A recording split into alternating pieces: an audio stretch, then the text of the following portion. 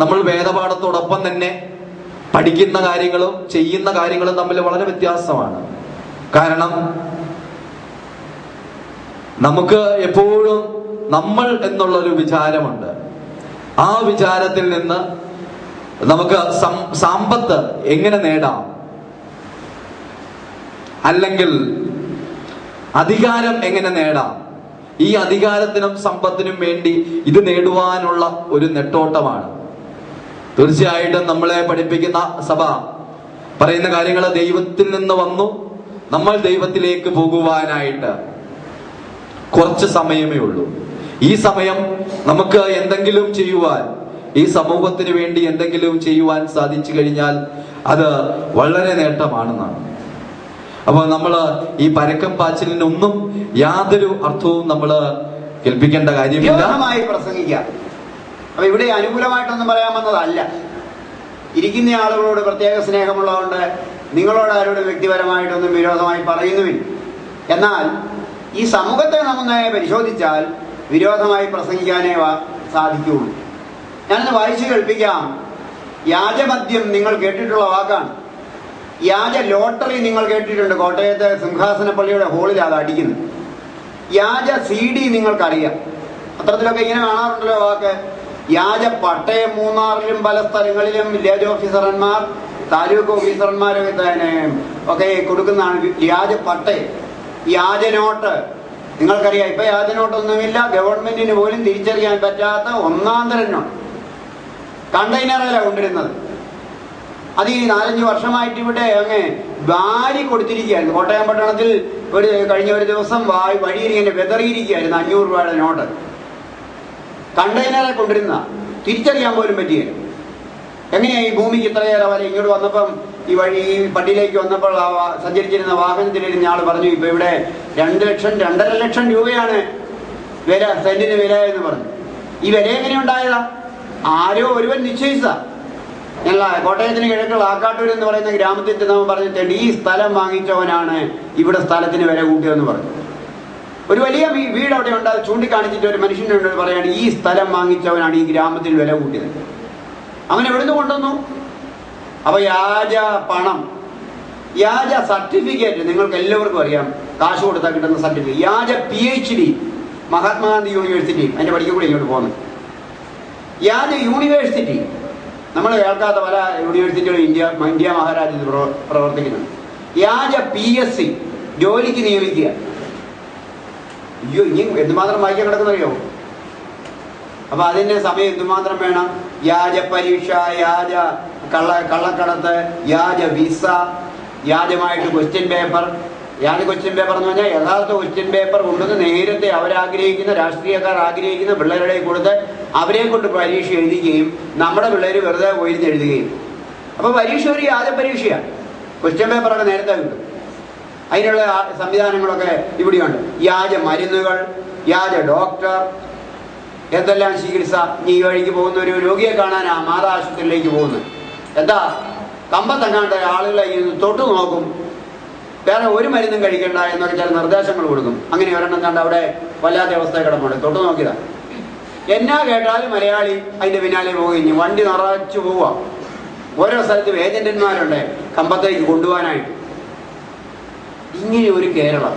അപ്പൊ ഇതിന് വിരോധമായി പ്രസംഗിച്ചാൽ ഇന്നിനി വീട്ടിൽ പോകാൻ പറ്റുമോ? നിങ്ങൾ ഇവിടുന്ന് ജീവനോടെ വിടുവോ? ഇവിടെ കുഴപ്പമില്ല, സമാധാനത്തോടെ പൊക്കോളാനാണ്. അപ്പൊ ഇതാ കുഴപ്പം. നമ്മുടെ കൊച്ചു കേരളം, സാക്ഷര കേരളം, സുന്ദര കേരളം എന്ന് പറഞ്ഞത് ഇന്നിപ്പോൾ ഒരു വ്യാജ കേരളം സുന്ദരമായിട്ട് ഇങ്ങനെ കാണുക. അതുകൊണ്ട് നിനിവേ പ്രവാചകൻ നാളെ നോയമ്പെടുക്കുവോ? നോയമ്പെടുത്താൽ ഈ ഒരു സന്ദേശം ഉൾക്കൊള്ളുവോ? അതിന് വിരോധമായി പ്രസംഗിക്കുക. പ്രിയപ്പെട്ടവരെ, കുടുംബം ഇടയ്ക്കൊക്കെ വിട്ടിട്ട് ചുരുക്കമായി പറയാം. കുടുംബം എന്ന വാക്കിനെ കുറിച്ച് ഞാൻ എൻ്റെ ചെറുപ്പം മുതൽ പഠിച്ചു. ആദ്യം ഞാൻ ഓർത്തത്, പ്രസംഗമൊക്കെ പറയുന്നത് കേട്ടപ്പോൾ പഠിച്ചത്, കൂടുമ്പോൾ ഇമ്പമുള്ളതെന്ന് കേട്ടു. അത് വ്യാപകമായി എൻ്റെ പലർക്കും ധാരാളം പേർക്ക് അറിയാവുന്നല്ലോ. രണ്ടാമത് എനിക്ക് തോന്നി, ഒരാരൂഢത്തിന് കീഴിൽ, ഒരു മേൽക്കൂരയ്ക്ക് കീഴിൽ കഴിഞ്ഞാൽ കുടുംബമാവും. അതാണല്ലോ. പിന്നെയും ഞാൻ ചിന്തിച്ചപ്പോൾ എനിക്ക് തോന്നി, 2 കലം വെക്കുന്നു എന്നൊക്കെ ഞാൻ കേട്ടു. അമ്മയ്ക്കും അപ്പനും ഒരു കലം, മക്കൾക്ക് വേറൊരു കലം, അങ്ങനെ 2 കലം വെക്കുന്ന ഒരു വീടാണെന്നൊക്കെ കേട്ടപ്പോൾ എനിക്ക് ചിന്താക്കുഴപ്പമുണ്ടായി.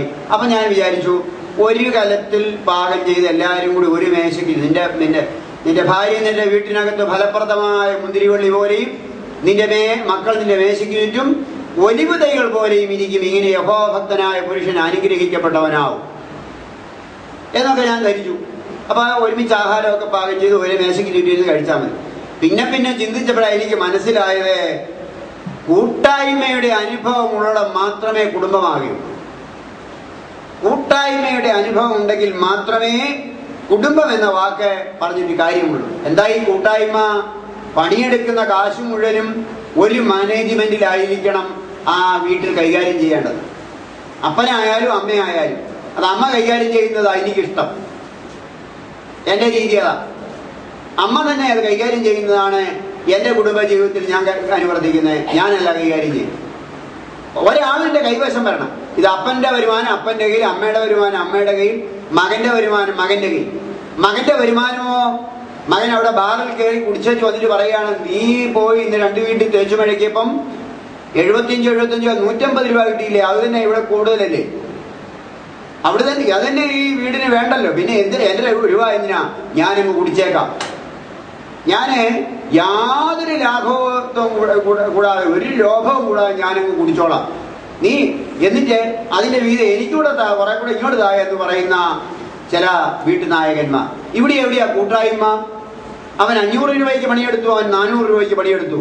40 രൂപ പോലും അവന് വീട്ടിൽ കൊണ്ടുവരാനില്ലായിരുന്നു. 40 രൂപ പോലും അവന് വീട്ടിൽ കൊണ്ടുവരാനില്ലായിരുന്നു. അവന് സാധിച്ചില്ല. എന്തുമാത്രം രൂപ! ഞാൻ 44 കോടി രൂപയുടെ മദ്യം, 3500 കോടി രൂപ മതിയാകെ നമുക്ക് എല്ലാവർക്കും കൂടെ കേരളത്തിലെ അരി വാങ്ങിക്കാൻ.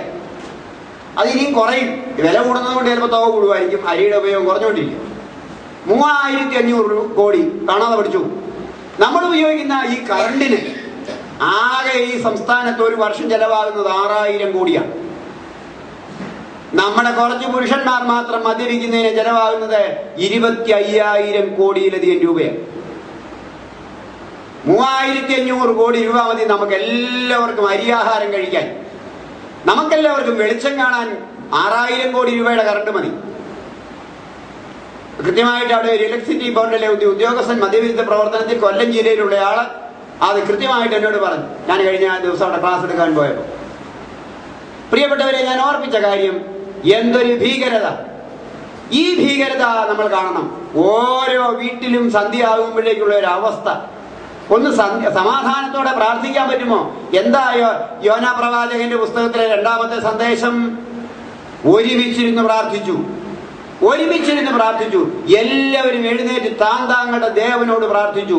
ഒരുത്തൻ മാത്രം അടിത്തട്ടിൽ കിടന്ന് ഉറങ്ങുകയായിരുന്നു. ആ ഒരുത്തൻ പ്രശ്നമുണ്ടാക്കി. എന്നാൽ ദൈവം അവനെ ചൂണ്ടിക്കാണിച്ചു കൊടുത്തു, ജനത്തെ രക്ഷിച്ചു. അപ്പൊ 2ാമത്തെ കാര്യം നാം ഓർക്കേണ്ടത്, യോനാ പ്രവാചകന്റെ പുസ്തകം ആഴത്തിൽ പഠിക്കുമ്പോൾ, അതുകൊണ്ടാണ് രാജാവ് ഒരു വലിയ പ്രഖ്യാപനം നടത്തിയത്. എല്ലാവരും താങ്കളുടെ ദുർമാർഗം വിട്ട് മനം തിരിയണം. ഓരോരുത്തരും ദൈവത്തോട് ഉച്ചത്തിൽ നിലവിളിക്കണം. കൈക്കലെ സാഹസം ഉപേക്ഷിക്കണം. ഏറ്റവും വലിയ 3-4 പ്രസംഗമുണ്ട് ആ കൊച്ചു പുസ്തകത്തിൽ. എന്നാൽ ഏറ്റവും വലിയ പ്രസംഗം രാജാവിന്റെ പ്രസംഗമാണ്. വീട്ടിൽ പോയി വായിച്ചു നോക്കിയാൽ മതി. പ്രിയപ്പെട്ടവരെ, ഞാൻ ഓർപ്പിച്ച കാര്യം, ആ കുടുംബത്തിന്റെ ഐക്യം. എന്താ നമ്മൾ മദ്യത്തിനെതിരെ സംസാരിക്കാൻ വരുമ്പോൾ പറയുന്ന പ്രധാന കാര്യം, സന്ധ്യയാകുമ്പോൾ ഒന്ന് കുടുംബത്തിന്റെ യോഗം വിളിച്ചു കൂട്ടാൻ ഈ ഗ്രഹനാഥന് സാധിക്കുമോ? ഒരു നല്ല കുടിയനായ ഒരാൾ വൈകുന്നേരം വീട്ടിൽ വരുമ്പോൾ ഭാര്യയെ വിളിച്ചു, മക്കളെ വിളിച്ചു, എന്തുണ്ടായിരുന്നു പകൽ വിശേഷം?